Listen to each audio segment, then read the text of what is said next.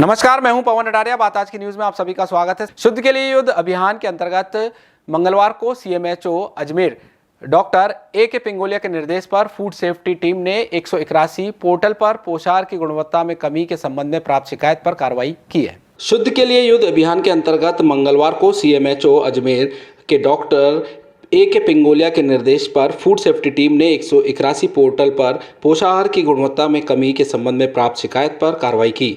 आंगनवाड़ी केंद्रों पर गर्भवती महिलाओं और शिशुओं के लिए सप्लाई किए जा रहे पोषाहार के नमूने लिए टीम जानकारी जुटाकर बलवंता गांव स्थित डिपो पर पहुंची, जहां से अजमेर शहर के आंगनबाड़ी केंद्रों पर पोषाहार सप्लाई किया जाता है।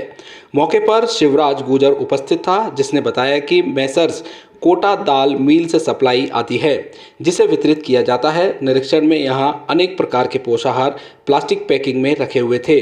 खाद्य सुरक्षा एवं मानक अधिनियम के तहत मौके से फोर्टिफाइड सादा गेहूं दलिया नमकीन मुरमुरा, फोर्टिफाइड पौष्टिक उपमा प्रीमियम और फोर्टिफाइड मूंग दाल चावल खिचड़ी के नमूने ले लिए गए। नमूनों की जांच रिपोर्ट के आधार पर अग्रिम कार्रवाई की जाएगी।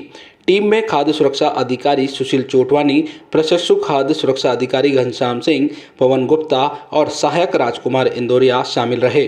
14 फरवरी मंगलवार को जॉन्सगंज के नेहरू चौक पर समाज सेवक संघ अजमेर द्वारा तरुण मेहरा के नेतृत्व में सभी युवाओं भाइयों बहनों द्वारा पुलवामा में शहीद हुए 40 वीर अमर शहीदों को श्रद्धांजलि अर्पित कर 21 दीपक जलाकर फूल चढ़ाकर उन्हें 2 मिनट का मौन रखकर याद किया गया।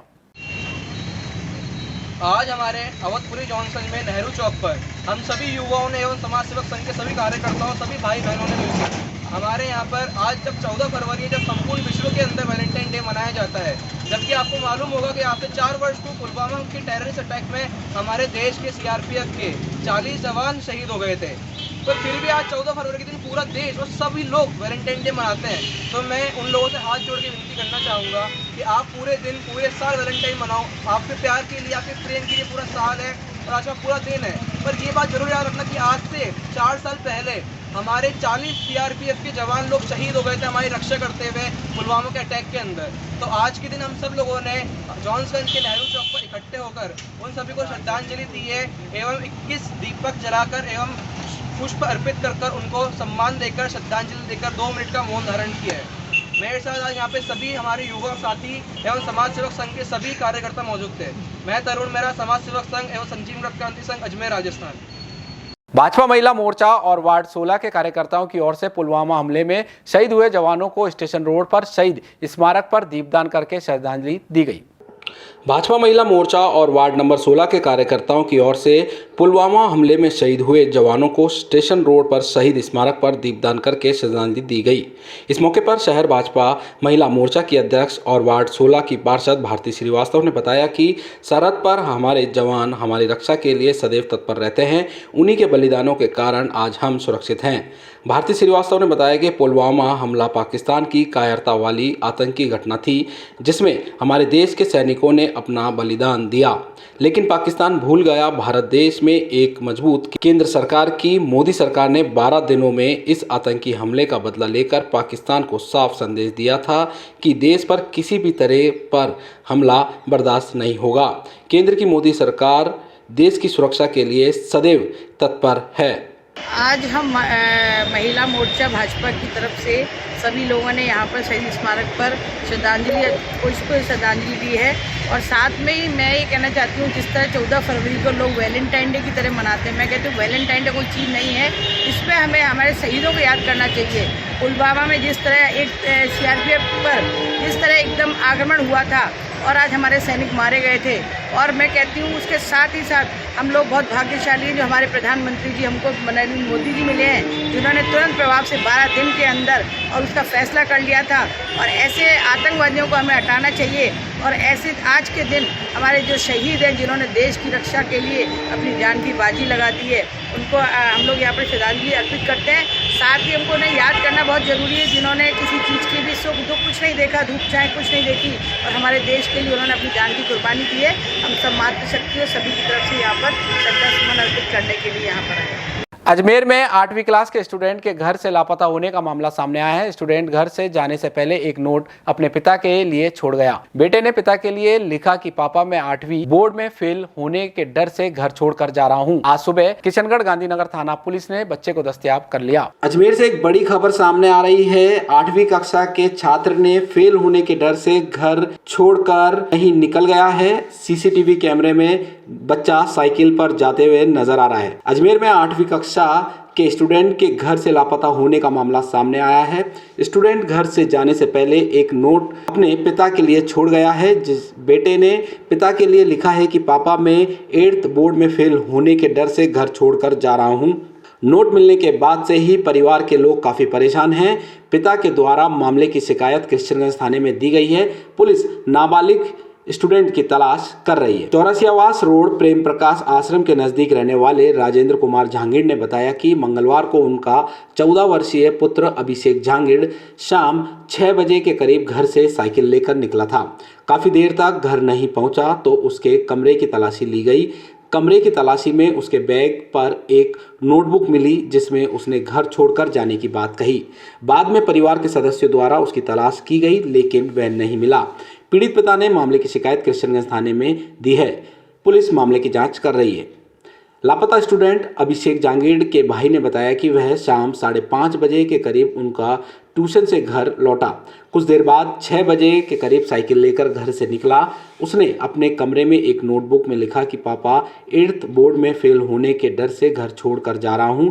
नोट मिलने के बाद से ही परिवार के लोग काफ़ी सदमे में हैं और पुलिस बच्चे को जल्द ढूंढने की मांग कर रहे हैं। इस मामले में आज पीड़ित परिवार ने जिला पुलिस अधीक्षक समक्ष पेश होकर बच्चे की तलाश करने की गुहार लगाई है। पीड़ित के भाई ने बताया कि परिवार के सदस्यों के द्वारा उसके आसपास के क्षेत्र में तलाशी की गई। इसके साथ ही जहां सीसीटीवी लगे हैं वहां खंगाले गए। कई जगहों पर सीसीटीवी में वह साइकिल से जाते हुए दिखाई दे रहा है। भाई ने बताया कि वह पढ़ाई में ठीक था, बावजूद उसके वह इस तरह का नोट छोड़कर घर से चला गया। बच्चे का नाम अभिषेक झांगिड़ है, पिताजी का नाम राजेंद्र झांगिड़ है। कल शाम को 6 बजे के आसपास वो घर से लापता है। घर से वो जब लिखना उसके पहले वो ट्यूशन से आया, उसने अपना बैग घर पे रखा है। देन उसके बाद वो साइकिल लेके निकला है। हमने उसको लास्ट टाइम गांधीनगर के अंदर देखा है, उसके बाद वो हमें नहीं नज़र आया। उसकी हमारे पास में 2 फुटेज है। जाने से पहले वो अपने स्कूल बैग के बाहर एक कॉपी रख के गया है जिसके अंदर कुछ एक नोट लिखा मिला है कि पापा मैं 8वीं बोर्ड में पास नहीं हो पाऊँगा, इस डर से मैं घर से जा रहा हूँ। ब्लॉसम सीनियर सेकेंडरी स्कूल पढ़ता है वो। इसको लेकर के मैं अभी स्कूल से मिल के आया। उन्होंने अभी मुझे रिस्पॉन्स दिया है कि वो लोग ढूंढ रहे हैं, सर्च कर रहे हैं। उन्होंने कुछ बच्चों से पूछताछ करी है। उसमें पाया गया है कि शाम को एक बच्चे ने उसको देखा है 7 बजे के आसपास CR बिल्डिंग के निकट किसी चाट पड़ की दुकान में कुछ खाते हुए। और एक बच्चे का बोलना है कि उसको हमने देवनारायण डेयरी के आसपास, जो कि मगरा रोड पे है, तो वहाँ 6 बजे के आसपास उसको देखा है। बच्चा हाइट कम है, रंग गेहूँ है, पतला दुबला है, साइकिल है उसके पास, नीले रंग की जीन्स पहनी है और स्लेटी रंग की उसने जैकेट पहनी है। ब्लॉसम सीनियर सेकेंडरी स्कूल में पुष्कर पुलिस चौकी से चंद कदमों की दूरी और राजकीय चिकित्सालय के सामने व्यस्तम मार्ग पर चोरों ने हार्डवेयर की दुकान को निशाना बनाया। इतना ही नहीं, चोरों ने पास की स्वर्ण आभूषण दुकान में घुसने के लिए दीवार में सुरंग खोद ली। हालांकि दीवार की चौड़ाई के चलते शातिर चोरों का सफल रहा। स्वर्ण आभूषण की दुकान घुसने में असफल हुए। चोरों ने हार्डवेयर की दुकान पर ही हाथ साफ कर वारदात को अंजाम दिया। पुष्कर पुलिस चौकी से चंद कदमों की दूरी और राजकीय चिकित्सालय के सामने व्यस्तम मार्ग पर चोरों ने हार्डवेयर की दुकान को निशाना बनाया। इतना ही नहीं, चोरों ने पास की स्वर्ण आभूषण की दुकान में घुसने के लिए दीवार में सुरंग खोद ली। हालांकि दीवार की चौड़ाई के चलते शातिर चोरों का असफल रहा।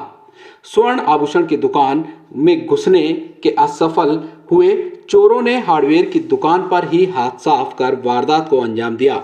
पुष्कर राजकीय चिकित्सालय के सामने हार्डवेयर की दुकान संचालित करने वाले विक्की ने बताया कि बुधवार सुबह जब उन्होंने दुकान खोलकर देखी तो उनके होश उड़ गए। जब वह दुकान पर पहुंचे तो दुकान का सामान बिखरा मिला। छानबीन करने पर दुकान में रखी पानी की मशीन और नकदी गायब थी। वहीं दुकान के हिस्से में करीब 3 फीट लंबी सुरंगनुमा आकृति दिखी। विक्की ने बताया कि चोरों ने शातिराना अंदाज से दुकान में प्रवेश किया। दुकान के ताले नहीं टूटे थे।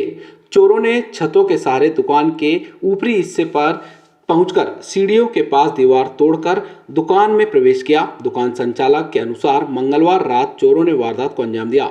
हार्डवेयर की दुकान पर पूरी वारदात और पास की स्वर्ण आभूषण की दुकान की तरफ 3 फीट लंबी सुरंगनुमा आकृति मिलने से अनुमान लगाया जा रहा है कि चोर स्वर्ण आभूषण की दुकान में बड़ी वारदात को अंजाम देने पहुंचे थे।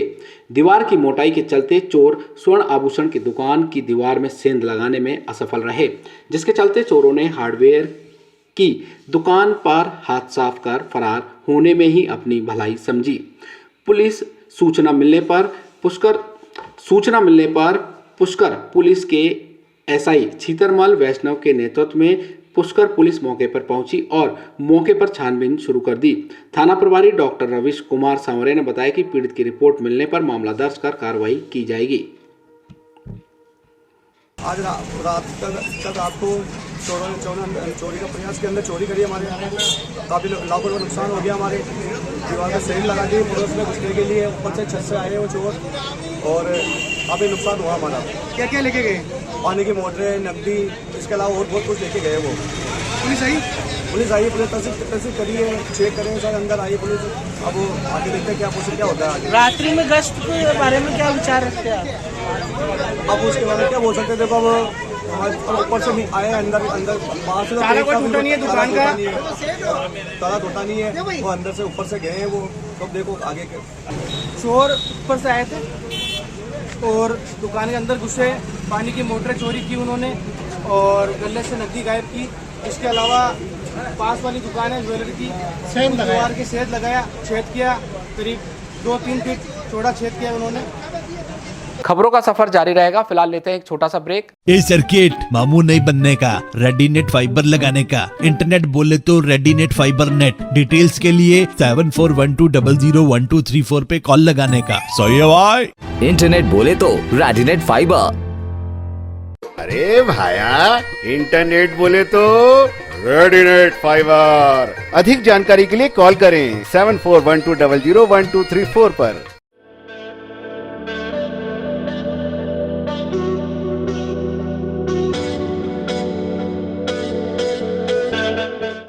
अजमेर शहर में प्लॉट, मकान, फ्लैट, दुकान आदि खरीदने, बेचने व किराए हेतु आज ही प्ले स्टोर से डाउनलोड करें Varsha real estate app. Varsha real estate, a unit of Varsha group, let's you live better.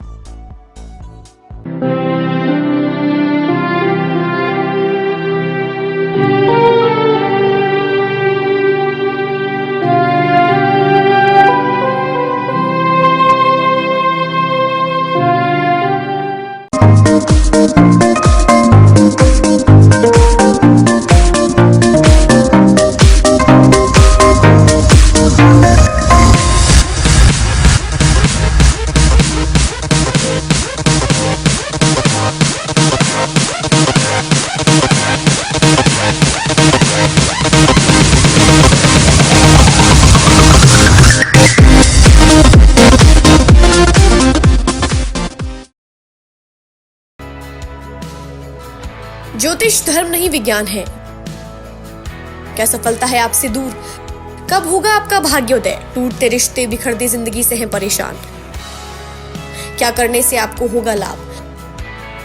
तो अपने सवाल और समस्याओं के लिए लाइव ज्योतिष समाधान के लिए अपनी जन्म तिथि और जन्म समय के साथ जुड़े बात आज की चैनल पर ज्योतिषाचार्य एवं भागवताचार्य गुरु हेमानंदनी से प्रत्येक शनिवार को सायं 7 बजे से रेडियंट चैनल नंबर 251 और RM चैनल नंबर 21 पर ज्योतिष गुरु हेमानंदनी आपको अपनी परेशानियों से मुक्ति के उपाय तुरंत बताएंगे। ब्रेक के बाद आपका स्वागत है। चलते हैं खबरों के नए सफर पर। रामगंज थाना क्षेत्र में दुष्कर्म का मामला सामने आया है। पीड़िता की शिकायत पर रामगंज थाना पुलिस ने आरोपी के खिलाफ विभिन्न धाराओं में मुकदमा दर्ज कर जांच शुरू कर दी। रामगंज थाना क्षेत्र में महिला से दुष्कर्म का मामला सामने आया है।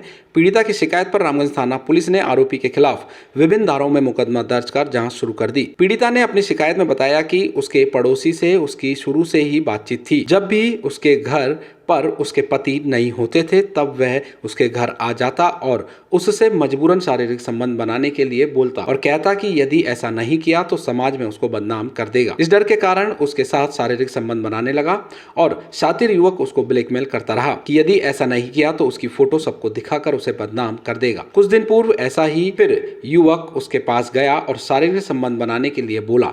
जब उसने ऐसा करने से इनकार कर दिया तो पीड़ित महिला के साथ आरोपी युवक ने मारपीट कर मजबूर होकर पीड़िता ने रामगंज थाने में उपस्थित होकर युवक के खिलाफ मुकदमा दर्ज कर कार्रवाई की मांग की है। 14/2/2023 को पीड़िता ने उपस्थित थाना होकर रामगंज पर रिपोर्ट दर्ज कराई कि उसके एक व्यक्ति उसका 7 साल से उसका संपर्क था, जो धीरे धीरे संपर्क बढ़ा।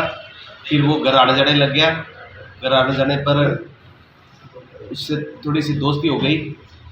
फिर वो शारीरिक संबंध बनाने के लिए उस पर दबाव डालने लगा और उसको कहा कि अगर मेरे साथ शारीरिक संबंध भी बनाएगी, मेरे साथ इस तरह का काम नहीं करेगी तो मैं तुम्हारे घर वालों को बदनाम कर दूँगा और समाज में तुम्हारी सब जगह बदनामी कर दूँगा मैं। इस तरह का दबाव डालकर उसने उसके साथ कई बार उसके साथ नाजायज संबंध बनाए। वह बच्ची को भी डरा धमका कर उसके साथ उसकी मम्मी के साथ शारीरिक संबंध बनाए और इस पर थाना रामगंज पर मुकदमा दर्ज किया गया है, जिसकी जांच श्री सत्येंद्र सिंह जी नेगी पुलिस निरीक्षक थाना रामगंज द्वारा की जा रही है और इसको मेडिकल कराया जाएगा, आगे कार्रवाई की जाएगी। अजमेर में यूएस पोलो ब्रांड व फ्लाइंग मशीन के गवर्नमेंट शोरूम संचालक के साथ धोखाधड़ी का मामला सामने आया है। संचालक का आरोप है कि कंपनी प्रतिनिधियों ने धोखाधड़ी कर अब टर्मिनेट का नोटिस भेजा है और 35 लाख सिक्योरिटी 50 लाख का फर्नीचर के नाम पर जबरन वसूली का दबाव बनाया जा रहा है। कृष्णगंज थाना पुलिस ने मामला दर्ज कर जांच शुरू कर दी। जानकारी के अनुसार तिलक नगर बीकानेर निवासी रतन सिंह ने रिपोर्ट में बताया कि उसका श्री गणपति सेल्स के नाम से यूएस पोलो ब्रांड व फ्लाइंग मशीन के गवर्नमेंट का शोरूम है, जो कि अर्बन हाट के पास है। 2013 में वैशाली नगर अजमेर में यूएस पोलो व फ्लाइंग मशीन का शोरूम खोलने के लिए Arvind lifestyle brand limited के विशेष उपाध्यक्ष अमरीश तिवारी व आरपी एंटरप्राइजेस के राहुल माथुर से संपर्क किया गया, जिसके कहने पर पीड़ित ने 25 लाख रुपए सिक्योरिटी पेटे जमा करा दी। इसके बाद दोनों ने दबाव बनाया कि शोरूम का इंटीरियर वेंडर पारस जहांगीर से करवाना होगा, जिसका फर्निशिंग का खर्चा 50 लाख आया। ये कहते हुए नोटिस भिजवा दिया गया, जिस पर पीड़ित ने कृष्णगंज थाने में कंपनी के प्रतिनिधियों के खिलाफ मामला दर्ज कराया है। रतन सिंह सन ऑफ ओंकार सिंह नाम का एक राजपूत है, लुण व बीकानेर में रहने वाला है। इसने अपनी मिसेज के नाम से एक अजमेर में कोई शोरूम लिया था, Arvind ji life style and fund corporation द्वारा। 35 लाख इनका एग्रीमेंट हुआ था। शोरूम इसने अपना बता के शोरूम का काम शुरू किया था। ये डिस्ट्रीब्यूटर था इसमें, जो समय पर माल नहीं देने पर इनके आपस में कहा सुनी होगी। कहा सुनी होने पर इसने कहा मेरे पैसे लौटाओ, पैसे नहीं लो तो मेरा शोरूम दे दो। इस बात को लेकर इनके आपस में विवाद हुआ, जिस पर रतन सिंह ने ये मुकदमा दर्ज कराया है और मुकदमा दर्ज किया जाकर अनुसंधान जारी है। 420, 406, 385 IPC में दर्ज कराया है। इसने अरविंद नाम का इंटरप्राइजेज नाम का कोई शोरूम है, उसके मालिक के खिलाफ कराया। अरविंद जी अजमेर के रहने वाला है। ये लिमिटेड बताया, अर्बन हाट वैशाली नगर का है ये, इसने बताया। हाँ, इसने 420 पैसे मांगना करना ये करा कि इसने मुकदमा दर्ज कराया। इसमें आपस में लेन देन का मामला है, जिसमें अनुसंधान किया जा रहा है। मुदाराम सब इंस्पेक्टर थाना किशनगंज अजमेर। अखिल राजस्थान राज्य कर्मचारी महासंघ के बैनर तले आज जिला कलेक्टर को मुख्यमंत्री के नाम ज्ञापन सौंपा गया। ज्ञापन में बजट में राज्य कर्मचारियों की मांगे नहीं मानने पर सरकार के खिलाफ नाराजगी जाहिर की गई। राज्य कर्मचारी महासंघ के जिला अध्यक्ष कांति कुमार शर्मा ने बताया कि सरकार द्वारा बजट में राज्य कर्मचारियों के हितों में किसी भी तरह की घोषणा नहीं की गई, जिससे राज्य कर्मचारी नाराज हैं। साथ ही जेल प्रहरियों के लिखित समझौते के बावजूद भी मुख्यमंत्री द्वारा बजट में समान वेतन दिए जाने की बात नहीं कही गई। साथ ही राज्य कर्मचारियों की किसी भी मांगों को बजट में पेश नहीं किया गया, जिससे राजस्थान के सभी कर्मचारी सरकार के खिलाफ नाराज हैं। बजट की प्रतिलिपि जिला कलेक्टर के बाहर जलाई गई और सरकार के खिलाफ नारेबाजी की गई। राज्य कर्मचारियों की महारैली 2 तारीख को जयपुर में होने जा रही है, जिसमें भी सरकार के खिलाफ विरोध प्रदर्शन किया जाएगा। हिंदुस्तान के लोकप्रिय और संवेदनशील मुख्यमंत्री अपने आप में कहलाने वाले, जिन्होंने राज्य सरकार के 7 लाख कर्मचारियों की उपेक्षा की है, उन्होंने राज्य कर्मचारियों को केवल संवाद के नाम पे इकट्ठा किया था और उनको कुछ भी नहीं दिया है। केवल ओपीएस का रोजना रो रहे हैं, वो भी अधूरी है। उसके अंदर जीपीएफ के खाते अलॉट नहीं किए गए। केवल राजनीतिकरण के लिए ओपीएस की को मुख्यमंत्री है वो सरकार के अंदर फेंक रहे। हमने आज से ही हमारे प्रदेश एकीकृत के आह्वान पर हमने आज जो कर्मचारियों को बजट में दिया उसकी प्रतियां जलाई है और अब हमारा आंदोलन शुरू हो गया है। 2 मार्च को पूरे राजस्थान की जयपुर के अंदर रैली होगी और हो सकता है उस रैली में निर्णय लिया जाएगा कि आम कर्मचारी हड़ताल पे चला जाए। हमारी मुख्य मांगे जो थी वो थी 9, 18, 27 की जगह 8, 16, 24, 32 खेमराज कमेटी की रिपोर्ट सार्वजनिक करें और डीसी दामन कमेटी की रिपोर्ट को सार्वजनिक करें, लेकिन मुख्यमंत्री जी ने कुछ भी नहीं दिया। कर्मचारियों के पीठ में छुरा घोंपा है और कोई भी किसी तरीके की भर्ती उन्होंने नहीं करी है किसी भी विभाग में। तो अब राज्य का 7 लाख कर्मचारी इकट्ठा हो गया है और एक ही नारा दिया है कि सत्ता, शासन और सरकार को बदल करेंगे। अजमेर के ग्राम पंचायत बुढ़ोल के सरपंच व सरपंच पति ने फर्जी पट्टे के जरिए भूमि को बेचान करने का मामला सामने आया है।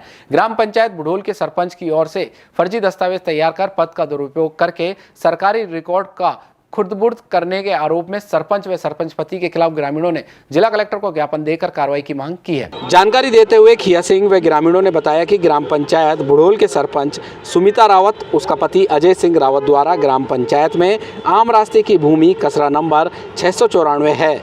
रास्ते को आबादी भूमि में दर्ज कर जुड़ने वाले के नाम पट्टे जारी करवा दिए, जबकि इस भूमि में चारागाह भूमि में रास्ता व कुआं पर जाने का खातेदारी भूमि पर आने जाने का रास्ता था, जो कि गांव की आबादी भूमि से भी 5 किलोमीटर दूर होने के बावजूद गांव के पास आवासीय आबादी में बने मकानों की भूमि को आबादी में दर्ज नहीं करवाकर अपने मिलने वालों को नाजायज फायदा पहुंचाते की नीयत से आम रास्ते की भूमि, जिसका खसरा नंबर 694 वर्तमान खसरा नंबर 837/1721 है, जिसका बिना अधिकार है, बिना प्रस्ताव के, बिना आदेशों के पट्टे जारी कर दिए। ग्राम पंचायत बुढ़ोल के गांव लाडपुरा में गांव के ही सरपंच सुमिता रावत और उसके पति अजय सिंह रावत ने कागजों में हेरफेर कर पुराने रिकॉर्ड के अंदर जो ज़मीन रास्ता दर्ज है, जिसको किसी भी प्रकार से आबादी घोषित नहीं किया जा सकता, लेकिन पटवारी और इन लोगों से आपस में मिलीभगत कर उसके कब्जे की ज़मीन है, उस ज़मीन को उसने आबादी घोषित करवा कर उसको बेचने की फिराक में है।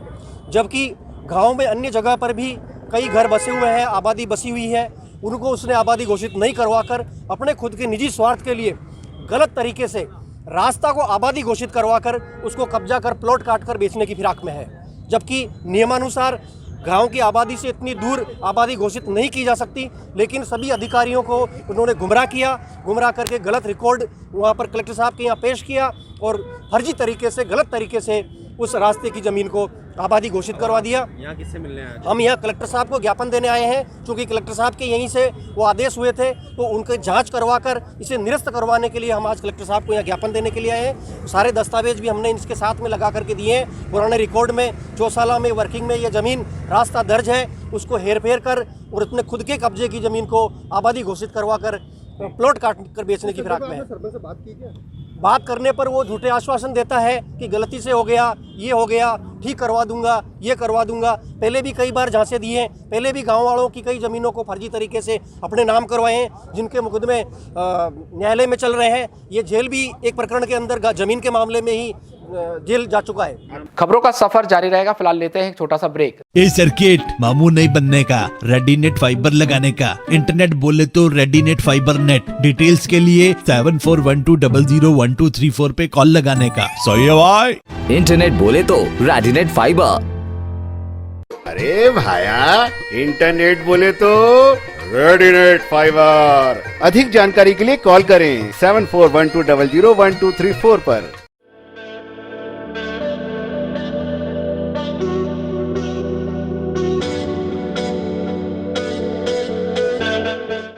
अजमेर शहर में प्लॉट, मकान, फ्लैट, दुकान आदि खरीदने, बेचने व किराए हेतु आज ही प्ले स्टोर से डाउनलोड करें Varsha real estate app. Varsha real estate, a unit of Varsha Group, lets you live better.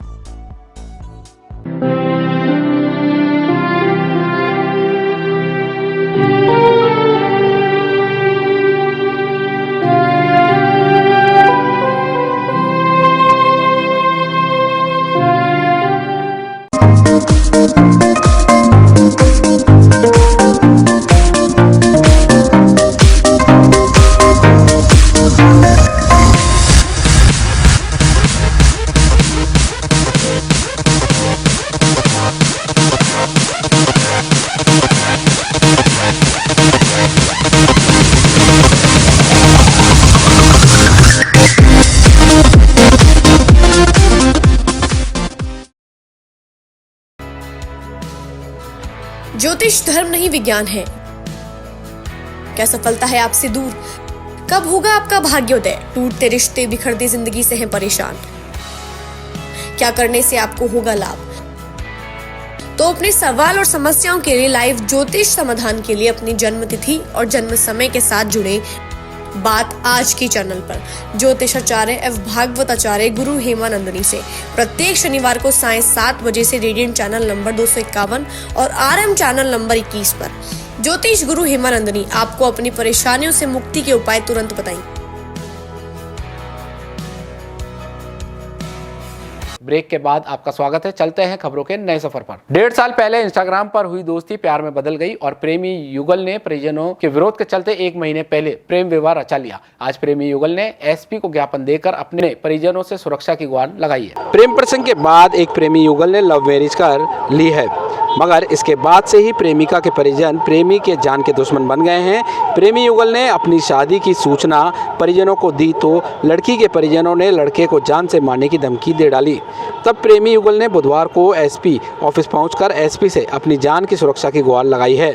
Ajmer के हिंदू मोची मोहल्ला निवासी राहुल सोनगरा और लोंगिया मोहल्ला की रहने वाली संजना की 1.5 साल पहले इंस्टाग्राम पर दोस्ती होने के बाद प्रेम प्रसंग चल रहा था। दोनों ने 10 जनवरी को घर से भागकर कोर्ट मैरिज कर ली। करी थी 10 तारीख को जनवरी में। फिर हम लोग बाहर ही थे। फिर हम लोग को अजमेर लेके आ गए मेरे घर वाले।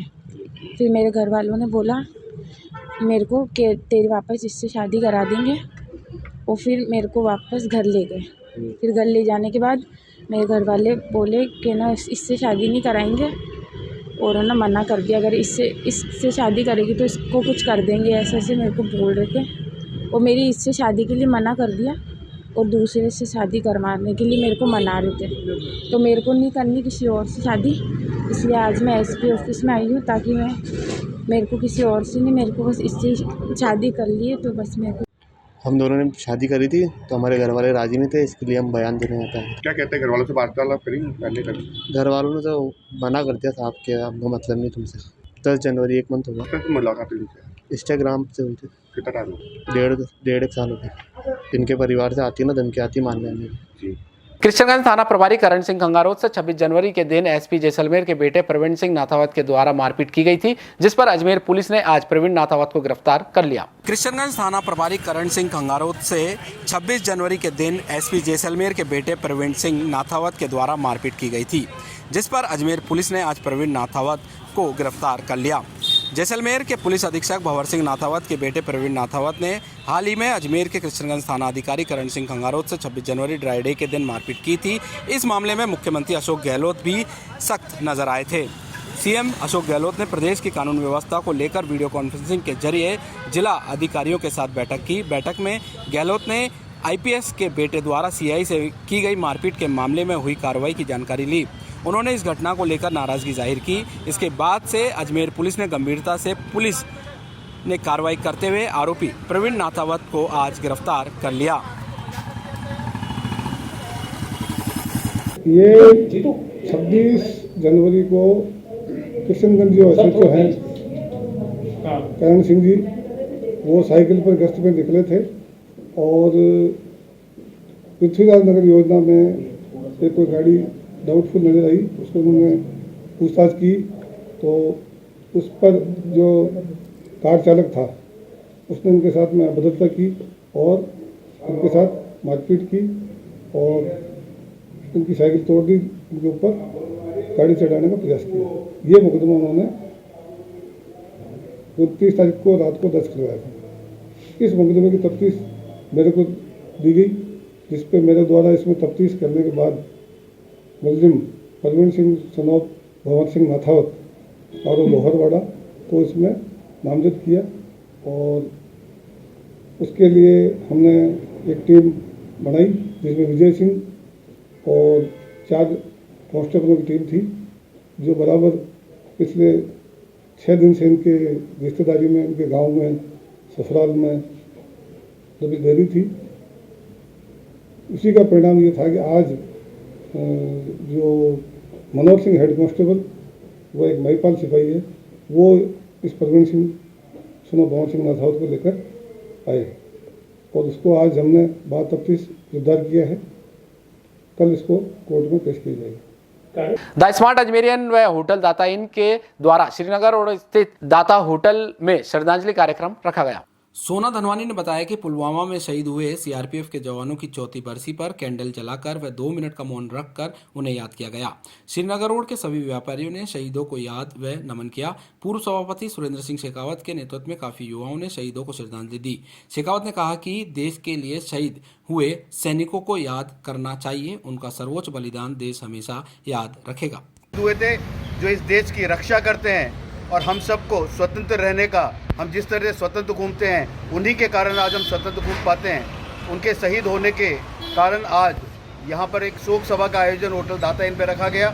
यहाँ के स्टाफ और मित्रगण द्वारा हर वर्ष की भांति इस वर्ष भी इस सभा का आयोजन रखा गया। आज के दिन मैं सबको, इन अमर जवानों को, शहीद जितने भी वो, उनको सलाम करता हूँ, जय हिंद करता हूँ। जय हिंद।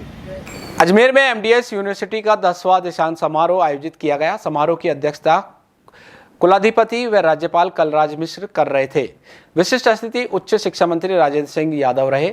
समारोह में 174 स्वर्ण पदक और 5 कुलपति स्वर्ण पदक, कुल 179 स्वर्ण पदक तथा 16 जुलाई 2018 से 31 जनवरी 2023 तक 183 विद्या वाचस्पति की उपाधिधारियों को उपाधि प्रदान की गई। समारोह में पहुंचे राज्यपाल का स्वागत कर मंच तक लाया गया। सबसे पहले कुलगीत व राष्ट्रगान से समारोह की शुरुआत हुई। इसके बाद कुलपति प्रोफेसर अनिल शुक्ल ने समारोह शुरू करने के लिए अनुमति मांगी। अनुमति मिलने के बाद शुक्ल ने अपना उद्बोधन दिया। इसके बाद सम्मानित करना शुरू किया गया। समारोह में शामिल होने के लिए आने के लिए सभी स्टूडेंट्स ड्रेस कोड में थे। इस दौरान संबोधित करते हुए राज्यपाल कलराज मिश्र ने मेडल प्राप्त करने वाले स्टूडेंट्स को बधाई दी। साथ ही कहा कि मेडल लेने वाले छात्र छात्राओं की ज्यादा संख्या पर खुशी जताई और कहा कि अपने परिश्रम व ध्यान एकाग्रता के कारण छात्राएं आगे बढ़ रही है। उन्होंने महर्षि दयानंद सरस्वती के आदर्शों व विचारों को आत्मसात करने का आह्वान किया।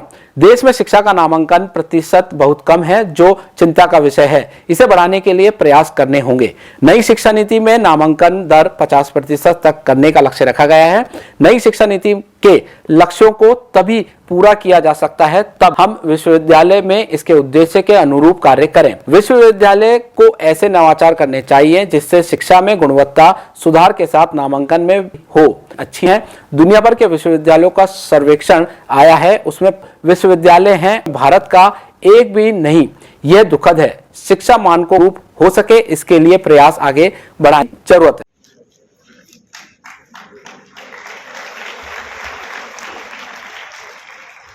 महर्षि दयानंद सरस्वती विश्वविद्यालय के इस 10वें दीक्षांत समारोह में उपस्थित राजस्थान के उच्च शिक्षा मंत्री आदरणीय श्री राजेंद्र सिंह यादव जी, विश्वविद्यालय के कुलपति प्रोफेसर अनिल कुमार शुक्ल जी, प्रबंध बोर्ड एवं शासी परिषद के सदस्यगण, संकाय अधिष्ठातागण, आचार्य, अन्य सभी अतिथिगण, सभी अभिभावकगण, प्यारे विद्यार्थियों, मीडिया के मेरे साथियों और छायाकार बंधुओं,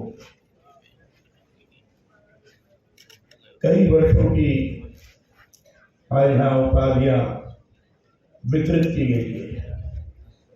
इसलिए चाहे विद्या वाचस्पति की उपाधि रही होगी और चाहे स्वर्ण पदकधारी रहे होंगे, इनकी संख्या काफी थी।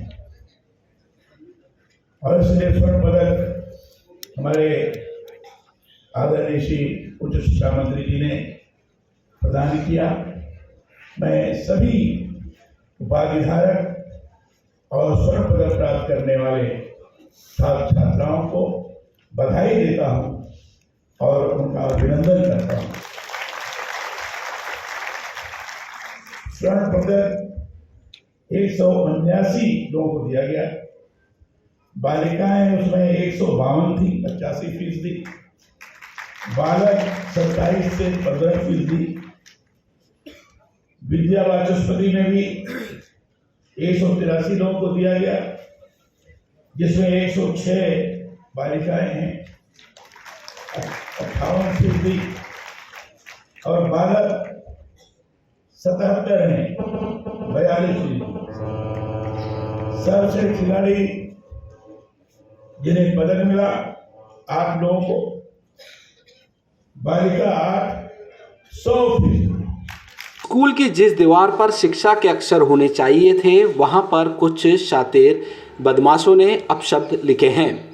राजस्थान के जयपुर में कुख्यात लॉरेंस बिश्नोई के नाम से 11वीं के छात्र ने भय फैलाने के लिए स्कूल की दीवारों पर भी स्लोगन लिखकर दहशत फैलाने की कोशिश की। इसी तरह आज अजमेर के वैशाली नगर स्थित एक निजी स्कूल की दीवारों पर भी कुछ अज्ञात बदमाशों ने स्लोगन "हम नहीं सुधरेंगे" जैसे स्लोगन लिखकर दहशत फैलाई है। स्कूल में लगे सीसीटीवी कैमरे में 8 से 10 लड़के मुंह पर नकाब पहनकर स्लोगन लिखते नजर आ रहे हैं। अजमेर शहर के वैशाली नगर स्थित एक निजी स्कूल की दीवारों पर कुछ अज्ञात बदमाशों ने "हम नहीं सुधरेंगे", "गैंगस्टा", "वार्निंग", "लोनली" जैसे स्लोगन लिखकर दहशत फैलाने की कोशिश की है।